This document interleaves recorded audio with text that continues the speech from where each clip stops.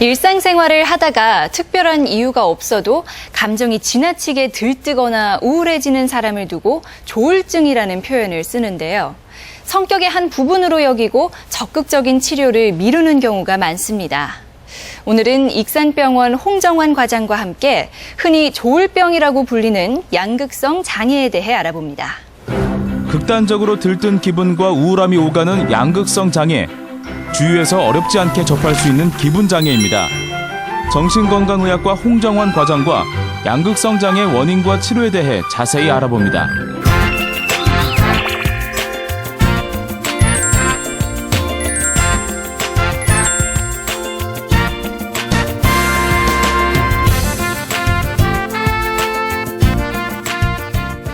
안녕하세요, 과장님. 네, 안녕하세요. 네.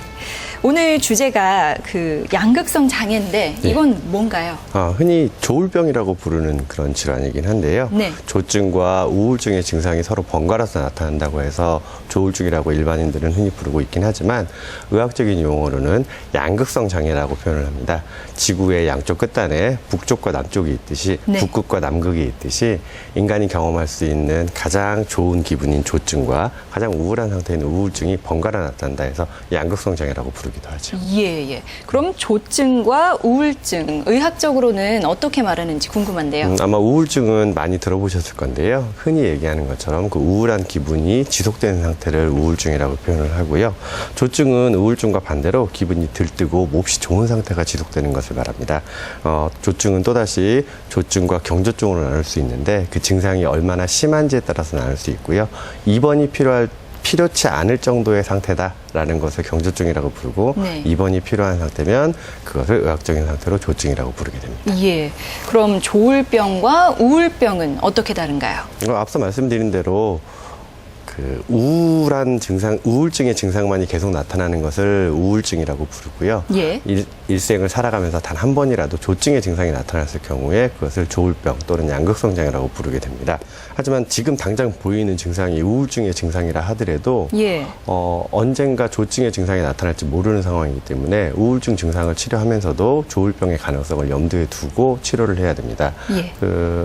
예를 들어서 좀 더 이른 나이에 우울증의 증상이 나타났다거나 산후에 우울증 증상이 나타났다거나 우울증의 증상의 빈도가 굉장히 잦은 경우에 그 일상적인 우울증 치료에 반응하지 않는 경우, 그리고 마지막으로는 흔히 얘기하는 기분이 변덕이 좀 심한 사람이라거나 아니면 좀 다혈질의 사람이라고 하는 사람들이 우울증이 있었던 경우에는 이 사람이 혹시 양극성 장애가 아닐까 한 번쯤 의심해 볼 수 있는 가능성은 있습니다. 네네. 근데 흔히 좀 변덕이 심한 사람한테 그냥 장난으로 조울증 아니냐 이렇게 얘기하곤 하잖아요. 예. 근데 변덕이 심한 것도 병인가요? 그 하루에도 몇 번씩 기분이 변하고 종잡을 수 없는 경우에 변덕이 심하다고 표현을 하긴 하는데요. 조울병은 하루에 몇 번씩 기분이 변하는 것을 이야기를 하는 것은 아닙니다. 예. 우울증의 기간이 있고 조증을 보이는 기간이 있기 때문에 이게 하루에도 수십 번씩 바뀔 정도의 상태라는 것은 병의 상태라고 이야기할 수는 없죠. 그럼 조울병의 원인은 무엇인가요? 조울병의 원인은 크게 나누어 보면 생물학적인 원인과 환경적인 원인으로 나눌 수 있습니다. 생물학적인 원인은 우리가 얘기할 수 있는 유전적인 요인, 그다음에 생화학적인 뇌 안의 신경전달 물질의 불균형 등을 얘기할 수 있는데요. 유전적인 요소는 부모가 양극성 장애가 있을 경우에 자식들에게 양극성 장애의 가능성이 좀 높아질 수 있다라는 이야기를 할 수 있는데, 여기서 한 가지 주의해야 될 것은 부모가 양극성 장애가 있다 하여서 자식들에게 무조건 양극성 장애가 나타날 것이냐, 그건 아니라는 거죠. 예.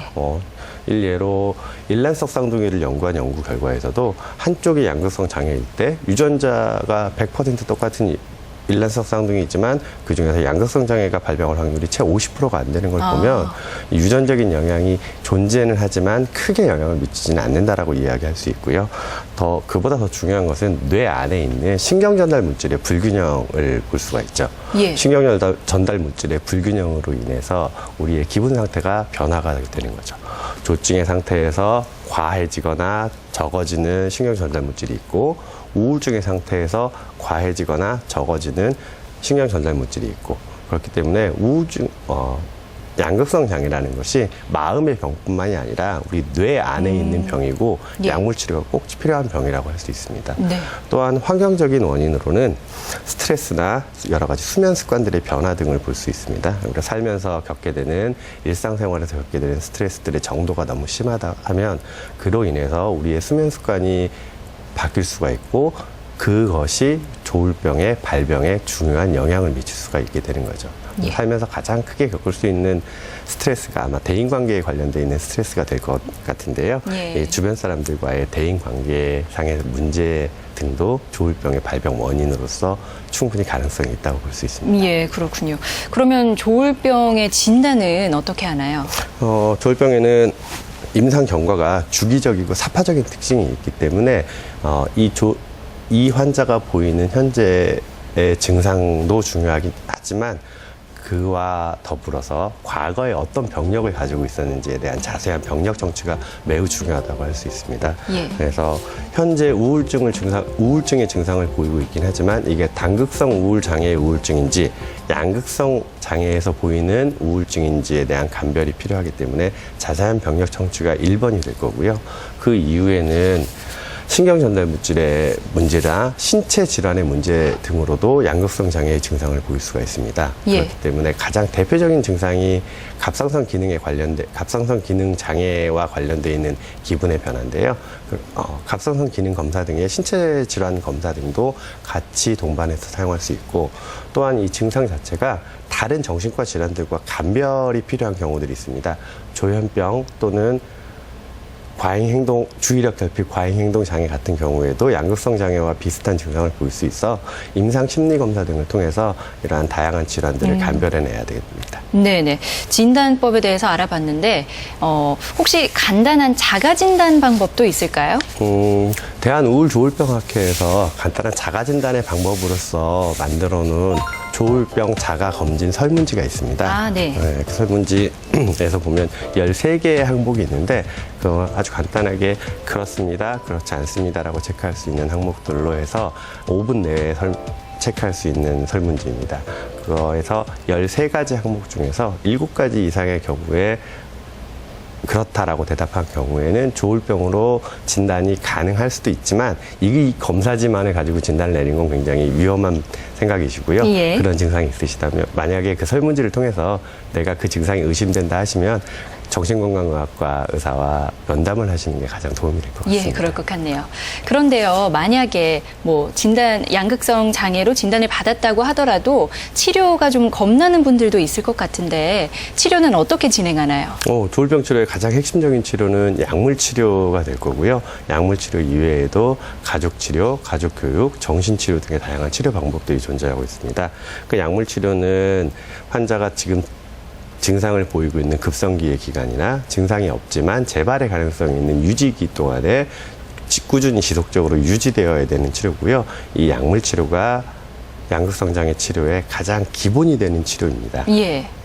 근데 약물 치료만으로는 부족한 부분들이 있어서 가족 교육이나 가족 치료 또는 정신치료 등의 다양한 방법들을 동원해서 치료를 하고 있습니다. 예. 그럼 이 약물 치료 말고 그 외의 방법들 조금 전에 말씀하신 것들 좀 설명해 주시겠어요? 이 정신치료를 예를 들어 설명하면 조증의 기간에는 정신치료의 효과가 조금 약한 부분이 있고요. 네. 주로는 우울증의 기간 동안에 정신치료가 주된 치료의 방법으로서 동원이 됩니다. 조증의 기간 동안에는 정신치료를 한다고 해도 환자가 치료자의 말에 귀를 기울이거나 본인의 이야기를 제대로 할 수 없는 상황인 경우가 많기 때문에 네. 그때는 약물 치료가 우선 주가 될 거고요. 주로 우울증이 있으신 분들에게 정신치료를 많이 사용하고 있습니다. 정신치료를 통해서 본인의 우울하게 된 이유, 우울하게 된 여러 가지 스트레스적인 사건들을 말로써 풀어나가면 그 치료의 효과가 약물 치료를 사용한 것과 거의 비슷할 정도의 치료 효과를 보일 수 있다는 문헌 보고들이 있기 때문에 네. 정신치료만으로도 충분한 치료를 가능할 거라고 생각합니다. 예, 그렇군요. 그럼 주변에 만약 이런 양극성 장애를 보이는 환자가 있다면 주변 사람들은 어떻게 행동하는 게 올바를까요? 우선 1번으로는 환자가 지속적으로 치료를 받도록 격려를 해주는 게 가장 중요하다고 봅니다. 양극성 장애 환자들은 주로 그 약물 복용의 기간이 너무 길어지기 때문에 네. 치료받는 걸 중간에 중단하는 경우들이 있어서 그로 인해서 재발하는 경우가 많기 때문에 지속적인 치료를 격려해 주시는 게 가장 중요할 거라고 생각하고요.